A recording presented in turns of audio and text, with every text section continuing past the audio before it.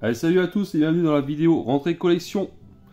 Donc là, on est sur la numéro 15, donc pour le mois de mai 2022. Donc toujours une sélection de 5 jeux. On va dire du moins intéressant au plus intéressant. Donc je vais commencer sur Xbox One. Donc avec le Far Cry 5. Donc qui est sorti en 2018. Qui est dispo sur PC et PS4.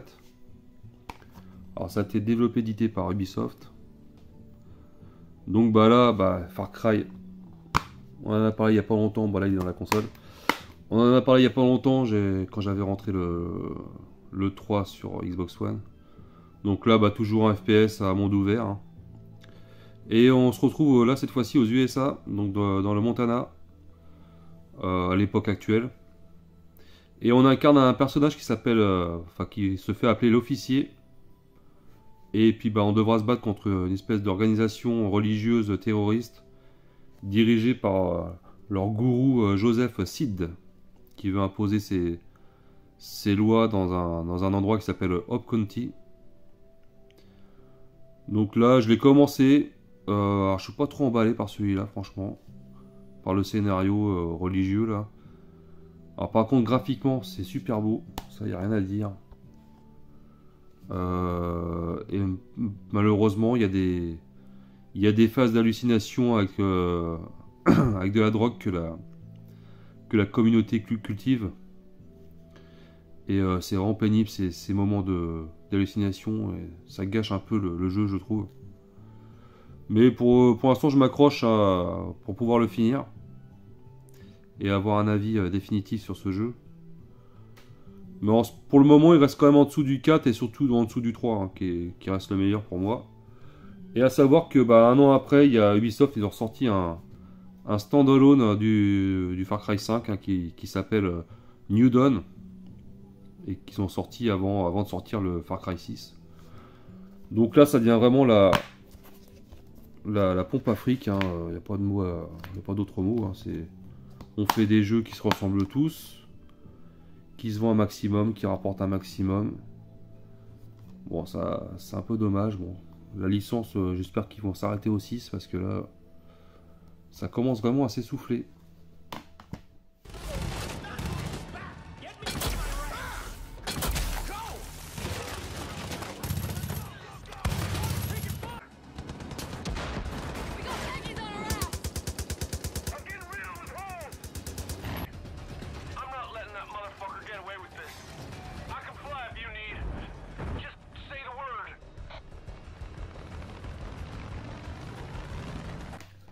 Ensuite, on va sur 360 avec le Star Wars Le Pouvoir de la Force en Ultimate City Edition. Donc moi je l'avais déjà sur PS3 dans sa version normale, hein, qui était déjà sortie sur PS2 à l'époque. Et ça fait déjà un bout de temps que je l'ai recherché celle-là. Alors c'est pas qu'elle soit rare, mais elle était toujours un peu défoncée. Donc là j'ai trouvé en bon état sur 360. Et donc sorti aussi donc il est sorti en 2009. Hein. Donc également sur PC et Mac. Ça a été développé par LucasArts, édité par LucasArts aussi.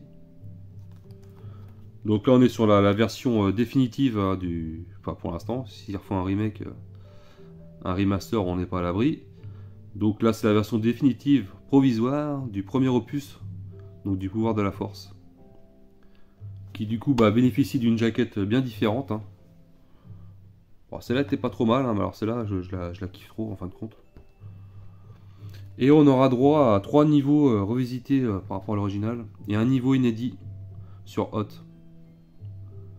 Alors c'est pas marqué dessus, alors, moi je l'ai pas vu.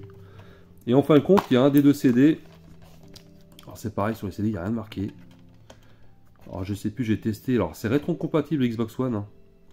Et il y a un des deux CD qui comporte les nouveaux épisodes. Alors je sais plus c'est quel, je pense que c'est là-dessus là. Alors ce qui est bizarre c'est que c'est marqué nulle part, hein. J'ai cherché dans la notice, j'ai rien vu. Donc en fin de compte, là, ce qui change c'est au début du jeu quand il faut choisir la difficulté du jeu, apprenti, maître Jedi machin. Et à la place on a les niveaux directement qui sont écrits et qu'on peut faire directement. Donc je vais me les retâter sur Xbox One. Et puis je suis bien content de l'avoir trouvé cette version là, en très bon état.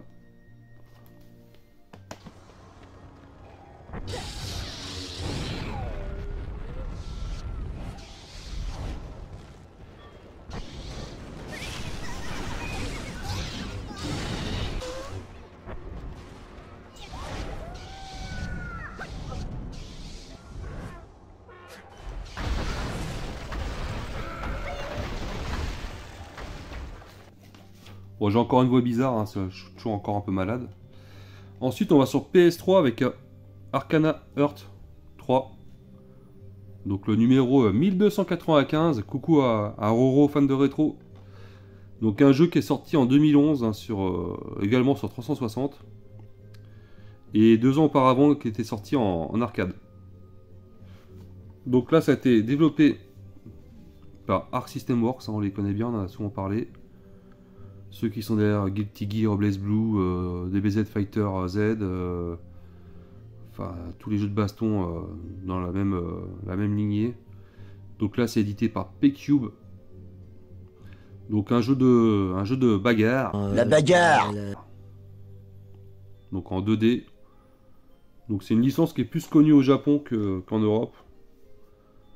Là il y a 23 combattants, donc là c'est un casting exclusivement féminin. Et d'ailleurs ils se sont fait des éloges. Le seul jeu de combat 2D avec un casting exclusivement féminin. Bon, ça c'était à l'époque parce que maintenant il y en a eu d'autres. Notamment le SNK Heroine par exemple. Donc là on aura un mode histoire, un mode survival, un contre-la-montre. Alors il y a eu 3 épisodes de Arcana Heart. Donc c'est une série qui a commencé en 2006. Et le dernier, le 3 qui est sorti en 2009. Alors je sais qu'il est sorti aussi en version un peu collector avec un fourreau cartonné. Bon, je pense pas que je vais me la prendre, celle-ci me suffira largement. Et il y a une version améliorée du 3 qui est sortie aussi en 2013, qui s'appelle Love Max. Et puis depuis 2013, donc il n'y a plus de nouvelles de cette franchise. Je pense qu'elle est enterrée pour de bon, hein, vu le nombre de jeux de combat qui existent, notamment chez Arc System Works. Au bout d'un moment, il faut faire des choix, et c'est pas forcément d'avoir que des combattants féminins qui est un bon choix.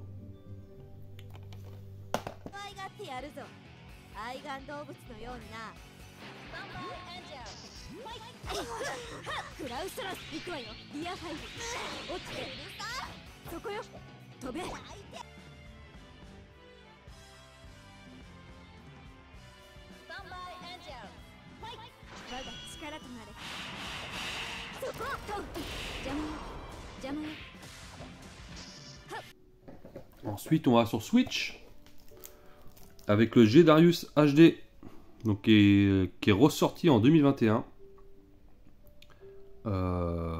qui est sorti aussi sur PS4, il me semble. Donc c'est un jeu qui était sorti à la base sur PS1 en 97 et sur PC et puis en arcade. Ça a été développé par Taito, édité par donc In Game.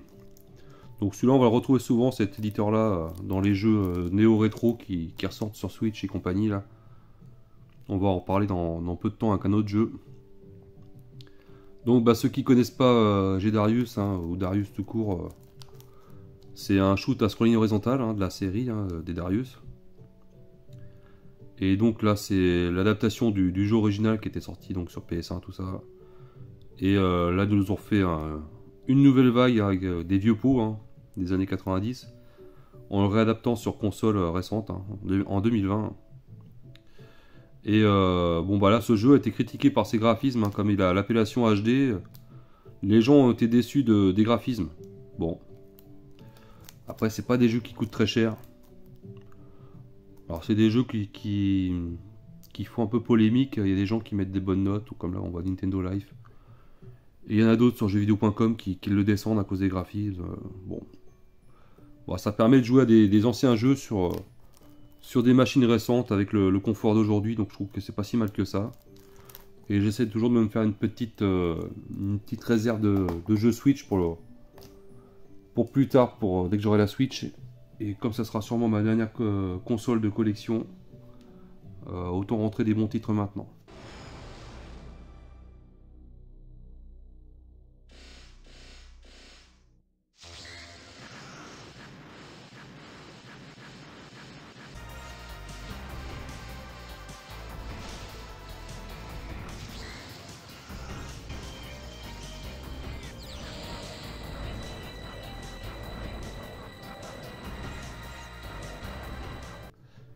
Et on va finir avec une big box sur Atari ST. Donc là, ça va faire plaisir à Torfab et à Franz. Donc le Total Recall, donc qui est sorti en 1990.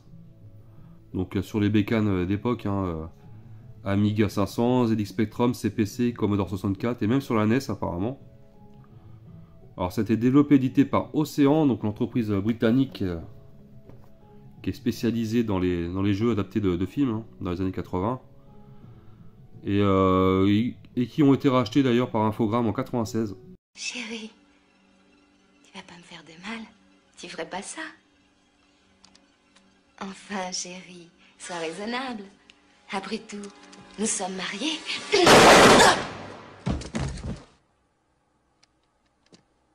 Considère ça comme un divorce. Donc là on est sur un jeu de plateforme, hein, qui reprend la trame du film avec Shorzy. Donc moi je le possédais déjà à l'époque en copie, hein, comme tous mes jeux Atari ST. Et là je suis content de rentrer pour la collection.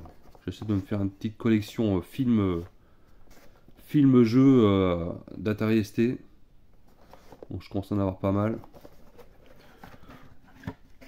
Alors, ce qui est cool, c'est qu'on a le petit sachet Océan pour les disquettes. Donc là c'est sur 2 disquettes. Et on a la notice toujours avec un espèce d'effet chromatique là. Alors, cette fois-ci elle est pas bleue comme d'habitude. Là ils nous l'ont fait un peu à la Mars. Ils nous l'ont fait en rouge. Et donc c'était des notices communes pour Amiga et Atari ST. Donc je suis bien content de l'avoir dans la collection. Je pense que là j'atteins vraiment un niveau de l'Atari ST, un niveau que je comptais avoir et que je pense pas qu'il y en aura d'autres, à moins que je trouve vraiment d'autres pépites en jeu de film, d'adaptation de film. En tout cas, je suis bien content de l'avoir celui-là, ça me rappelle beaucoup de souvenirs.